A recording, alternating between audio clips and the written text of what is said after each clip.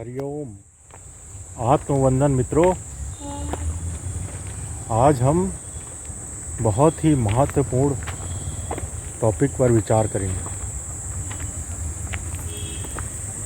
जो कि हमारे जीवन से जुड़ी हुई है।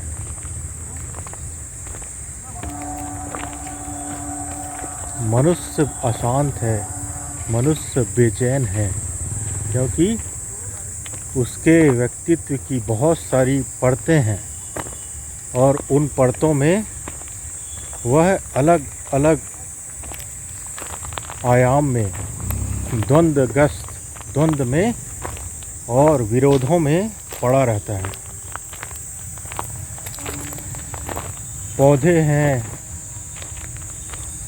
पशु हैं, इनमें उतनी ज़्यादा अशांति नहीं होती, क्योंकि पौधे पेड़ में मन नाम नहीं होता। पशु पक्षियों में अल्प मात्रा में मन होता है, लेकिन मनुष्यों में मन होता है और बुद्धि होती है और बहुत सारे विचार रहते हैं। तो 3 परत रहती है, शरीर की, मन की और बुद्धि की।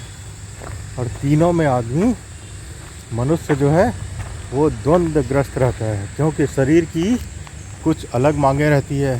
शरीर जो है नियम कानून, कायदा कानून ये सब नहीं मांगता।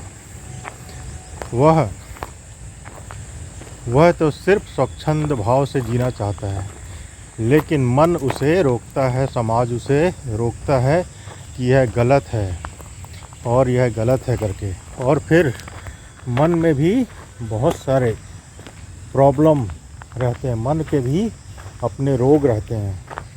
उसी प्रकार बुद्धि में भी बहुत सारी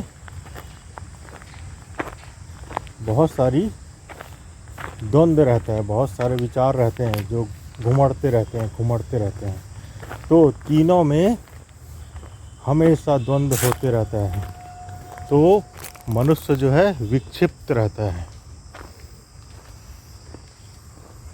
यदि हम शरीर के तल पर परेशान हैं, तो हमें शरीर से ऊपर उठकर उसे हल करना पड़ेगा, क्योंकि यह नियम है। यदि हम जिस तल से परेशान हैं, यदि उसी तल से हम उसका हल करने का कोशिश करेंगे, उसको हल करने की कोशिश करेंगे, तो उसे हल नहीं कर पाएंगे। यदि आँख जो है विषय वस्तु को देखना चाहती है, सौंदर्य को देखना चाहती है, कई साधु संत जो है आँख को ऑब्जेक्ट बना के आँखें निकाल देते हैं, अंधे हो जाते हैं। लेकिन यह कोई हल नहीं है। रूस में 1917 की क्रांति के बाद यह प्रतिबंधित कर दिया, क्योंकि उसके पहले रूस में हजारों लोग अपनी जनेंद्री काट लेते थे, क्योंकि काम वासना समाप्त हो जाएगी ऐसा समझकर। लेकिन काम वासना शरीर तक ही सीमित नहीं है, वो तो अंदर उसकी जड़ें फैली हुई है, बुद्धि तक, मन तक और पूरे शरीर में।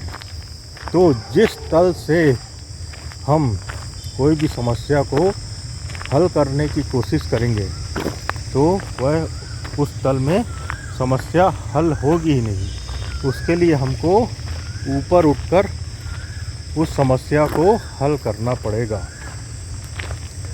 अक्सर बच्चे लोग स्कूल कॉलेज में समस्याग्रस्त हो जाते हैं, तो अपने साथ वाले बच्चे या अपने साथ वाले मित्र से ही उस समस्या का हल पूछते हैं, जबकि वह उसी मेंटल लेवल का है और उसका तजुर्बा भी उतना ही है जितना कि हमारा है।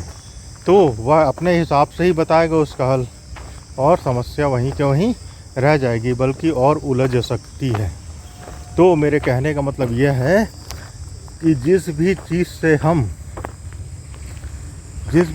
हम उठना चाहते हैं ऊपर, तो उसे उसी तल पर हल नहीं किया जा सकता। यदि शरीर के तल पर कोई प्रॉब्लम है, कोई दिक्कत है, तो उसे मन के स्तर पर सोच कर समझ कर उसे सुलझाया जा सकता है। जैसे कि शरीर बीमार है तो मन के तल पर यह सोचकर कि इस बीमारी को कौन से जगह जाकर, किस हॉस्पिटल में जाकर, कौन से विशेषज्ञ डॉक्टर से इसके इलाज कराया जाएगा, तब जाके यह ठीक होगा। तो यह मन के तल पर सोचकर शरीर के तल की जो समस्या है उसे दूर कर सकते हैं। उसी प्रकार मन के तल पर भी यदि कोई समस्या आती है, क्योंकि मन भी बहुत विक्षिप्त है, उसमें हजारों विचार चलते रहते हैं, आते रहते हैं, जाते रहते हैं, पॉजिटिव नेगेटिव। और उसे यदि हल करना है तो हमें विवेक, बुद्धि के तल पर उसे विचार करना पड़ेगा और उसे हल करना पड़ेगा। और यदि बुद्धि के तल पर कोई प्रॉब्लम है, तो हमें आत्मा के निकट सरकना पड़ेगा, अध्यात्म की ओर जाना पड़ेगा, उससे जुड़ना पड़ेगा। और आत्मा के तल पर यदि कोई दिक्कत है, कोई प्रॉब्लम है, तो परमात्मा और ईश्वर के सिवा उसे कोई हल नहीं कर सकता। इस प्रकार शरीर, मन और बुद्धि अलग अलग स्तर हैं इसके, और इसे हम उसी स्तर में रहकर सुलझाने का प्रयास करेंगे तो और भी उलझ जाएंगे, और भी उसमें फंसते चले जाएंगे, जकड़ते हुए चले जाएंगे। तो जब भी शरीर के स्तर पर कोई प्रॉब्लम हो, शरीर की अपनी मांग रहती है, शरीर के अपनी वासना रहती है, शरीर की अपनी चाहत रहती है। तो शरीर के स्तर पर कोई भी दिक्कत हो तो उसे मन के तल पर सुलझाया जा सकता है। अच्छे साहित्य हैं, अच्छे म्यूज़िक हैं, अच्छी थेरेपी है, जिसके शरीर को आराम दिया जा सकता है और उसकी ऊर्जा को रूपांतरित किया जा सकता है। और मन के तल पर यदि कोई विकार आ गया है तो उसे ऊपर के तल पर, विवेक के तल पर, बुद्धि के तल पर बैठकर उसे समझकर कि यह क्यों हो रहा है, यह विचार क्यों आ रहा है, और इसके पीछे जो है आने का कारण क्या है, और इससे क्या नुकसान हो सकता है, क्या इससे लाभ हो सकता है, और इसे पॉजिटिव की दिशा में कैसे मोड़ा जा सकता है। यह बुद्धि के तल पर विचार करके मन की समस्या को दूर किया जा सकता है। और बुद्धि में यदि कोई समस्या आए, कहीं भी कुछ भी समझ में ना आए, कहीं भी दिमाग लगाने के बाद भी कोई हल ना मिले, तो आत्मा के निकट आना पड़ेगा हमें, और वह अध्यात्म की ओर झुकना पड़ेगा, जुड़ना पड़ेगा। तो ही हमें बुद्धि के तल पर शांति महसूस होगी और हमें उसका रास्ता मिलेगा और उसका हल हमें प्राप्त होगा।